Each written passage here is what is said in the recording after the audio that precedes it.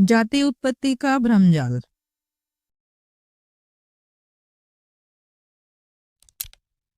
लेखक राजीव पटेल, पटना बिहार।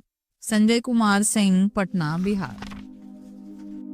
11वीं और 12वीं शताब्दी आते आते भारतीय ब्राह्मण काल और राजपूत शासकों के काल में वर्ण आधारित और जाति आधारित व्यवस्था के चरमोत्कर्ष के कारण भारतीय सामाजिकता चरमरा गई थी।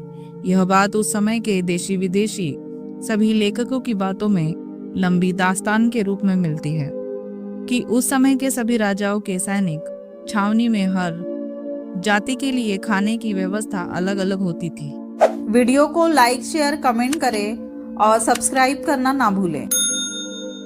भारतीय राजपूत शासक एक दूसरे राजाओं को नीचा दिखाने हेतु विदेशी तुर्क मुस्लिम आक्रमणकारियों से मदद लेना शुरू कर दिया था, जिसके परिणाम स्वरूप 13वीं सदी के आरंभ से ही तुर्क मुस्लिम आक्रमणकारियों ने भारत में अपने पैर जमा लिए और क्रमशः भारत में उनकी सत्ता का विस्तार होता चला गया। पुनः 15वीं शताब्दी में भारतीय राजपूतों की सत्ता व्यवस्था तुर्क मुस्लिम शासकों के स्थान पर मुगलों, मध्य एशिया के मुस्लिमों की एक प्रजाति के अधीन हो गई।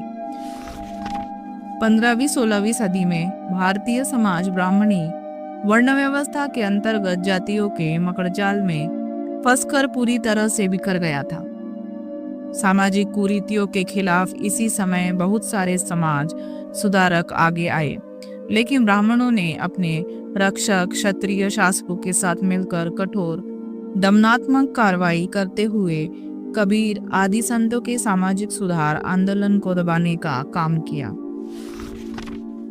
फिर भी समाज सुधारक संतगण उस ब्राह्मणी वर्ण और जाति व्यवस्था से इतना ज्यादा दुखी थे कि अपने समाज सुधार आंदोलन को उनके बलपूर्वक रोकने के बावजूद भी नहीं रुके और उस आंदोलन को आगे बढ़ाते गए।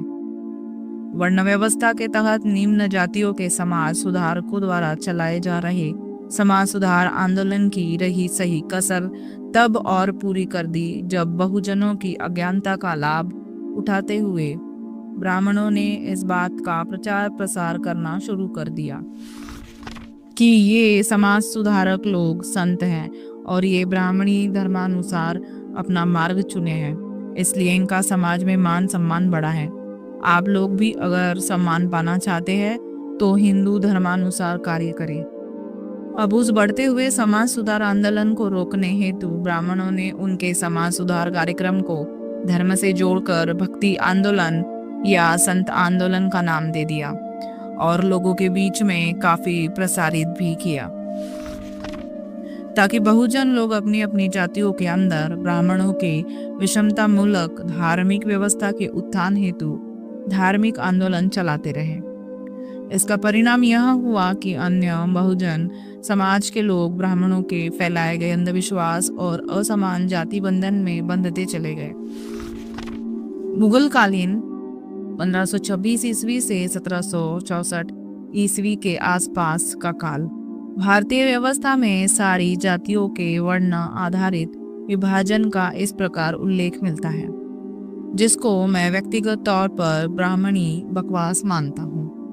ब्राह्मण ब्राह्मण वर्ण, सम्राट राजपूत क्षत्रिय वर्ण, व्यापारी वैश्य वर्ण, कृषक पशुपालक अन्य पेशागत समुदाय सछूत शूद्र, मजदूर अछूत शूद्र।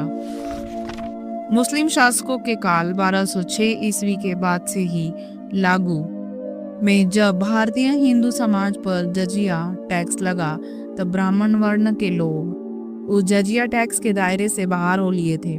दरअसल जजिया टैक्स का मूल उद्देश्य था कि जो कोई भी व्यक्ति इस्लाम धर्म स्वीकार नहीं करता है तो वह इस्लाम धर्म का दुश्मन समझा जाएगा और इस कारण वह व्यक्ति मुस्लिम सम्राटों को टैक्स देगा। मुगलों मुस्लिम शासकों की एक प्रजाति के इस प्रस्ताव पर ब्राह्मण और क्षत्रिय वर्ग के लोगों ने मुगलों से मिलकर भारतीय सभ्यता और संस्कृति के खिलाफ षड्यंत्र तो किया, लेकिन इस्लाम धर्म स्वीकार किया या नहीं इसका पुख्ता सबूत नहीं मिलता है। लेकिन मुगलों के बनाए जाल जजिया टैक्स से मुक्त जरूर हो गए थे। दूसरा प्रमुख वर्ण क्षत्रिय वर्ण था, जिसमें उस समय के भारतीय सम्राट या राजपूत लोग आते थे। कुछ सम्राट राजपूत मुगलों की शर्तों को नहीं मानकर जंगलों में पलायन कर गए और आज की कुछ घुमंतु जाति बन गए। कुछ राजपूत शासक मुगलों से युद्ध करते हुए मारे गए, जबकि बहुत सारे राजपूत शासक मुगलों की शर्तों को मानते हुए इस्लाम स्वीकार कर लिए।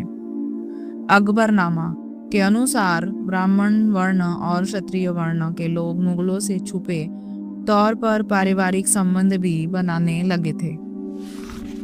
इसका स्पष्टीकरण आज के ब्राह्मणी समाज के विद्वानों को देना चाहिए। इस विषय पर आज के क्षत्रिय कहलाने वाले लोगों या क्षत्रिय वर्ण धारण करने की रेस में दौड़ लगाने वाले विद्वान लोगों को भी इसका जवाब देना चाहिए। आखिर ऐसा क्यों? तीसरे और अंतिम सछूत और अछूत शूद्र लोग उस जजिया टैक्स के भुक्तभोगी थे और अंत तक भुक्तभोगी ही रहे, लेकिन अपने स्वाभिमान को बचाते हुए उस झूठी ब्राह्मणी सभ्यता और संस्कृति को बचाए रखा। यानी कि इन सछूत और अछूत के खून में गुलामी करने की गहरी प्रवृत्ति ब्राह्मणों ने 800 ईस्वी से 1500 ईस्वी तक के काल में जबरदस्ती बैठा दी थी। भारतीय शासन व्यवस्था में मुगलों की सत्ता कमजोर हो जाने के बाद 1764 ईस्वी के बाद अंग्रेजों का वर्चस्व हो गया और ब्राह्मण वर्ग मुगलों का साथ छोड़कर अंग्रेजों के साथ हो लिए। साथ ही पुनः ब्राह्मण वर्ग इन सछूतों और अछूतों पर अपना आधिपत्य जमाना शुरू कर दिया।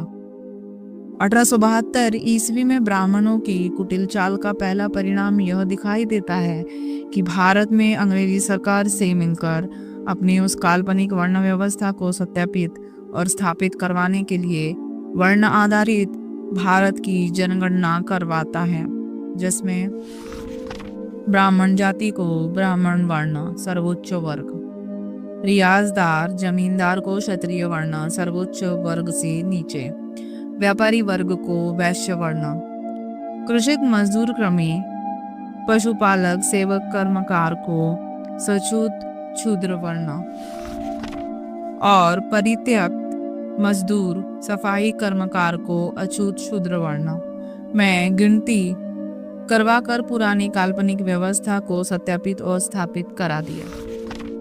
पुनः ब्राह्मणी व्यवस्था का परचम लहराते हुए ब्राह्मणों ने अंग्रेजों से मिलकर 1931 ईस्वी की जनगणना में प्रत्येक प्रदेशों में भाषा और क्षेत्र के आधार पर भारत के बहुजन समाज को लगभग 6500 जातियों में विभक्त करते हुए इन लोगों को एक नई खंडित जाति का प्रमाण पत्र दे दिया। भारतीय समाज में 1900 ईस्वी के बाद कुछ ऐसे विद्वान लेखक भी हुए जिन्होंने अपनी विद्वता और परिकल्पना का इस्तेमाल करते हुए अपनी अपनी जाति की उत्पत्ति से संबंधित अनेक किताबें लिखी। इसमें कुर्मी जाति की ही नहीं अपितु अन्य जातियों की भी किताबें मिलेगी। अब आपको ध्यान देना है कि लेखकगण अपनी पुस्तकों में उस काल्पनिक युग को वैदिक युग, राम युग, महाभारत युग, कौरव युग, पांडव युग, कर्ण युग, रावण युग, इंद्र युग, परशुराम युग, बलराम युग, कश्यप युग, वशिष्ठ युग, विश्वामित्र युग, अश्वत्थामा युग या अन्य कई प्रकार के नामों से सुशोभित युगों की चर्चा करते हैं। इन सब युगों का समय, भाषा, लिपि, धर्म का ज्ञान कहाँ और कब था, ये बताने का कष्ट ब्राह्मण वर्ग करेगा क्या?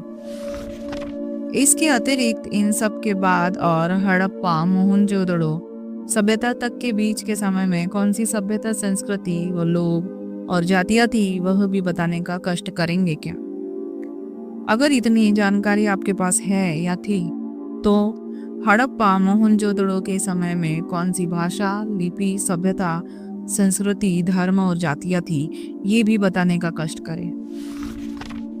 हड़प्पा, मोहनजोदड़ो की व्यवस्था के बाद के ज्ञात काल यानी 6ठी शताब्दी ईस्वी पूर्व से लेकर ईस्वी सन के आरंभ तक किस प्रकार के वर्ण या जाति व्यवस्था का प्रमाण, शिलापट्टा अवशेष मिलता है, ये भी बताने का कष्ट करें। उल्लेखनीय है कि छठी शताब्दी ईसा पूर्व और ईसवी सन के बीच का समय यानी 600 वर्षों के ज्ञातकाल का समय बुद्ध का समय रहा है, जिसमें भाषा के प्रमाण के रूप में प्राकृत पाली भाषा का शिलापट्टा हमारे सामने मौजूद है। इसमें बुद्ध के अनुयायी के रूप में सम्राट बिंबिसार और सम्राट अशोक काफी लोकप्रिय हुए हैं। ऐसे इस ज्ञातकाल के सभी सम्राटों की भाषा और लिपि धर्म संस्कृति का स्पष्ट प्रमाण उपलब्ध है, जिसमें कहीं भी ब्राह्मण वर्ण और जाति की चर्चा नहीं है। आखिर क्यों?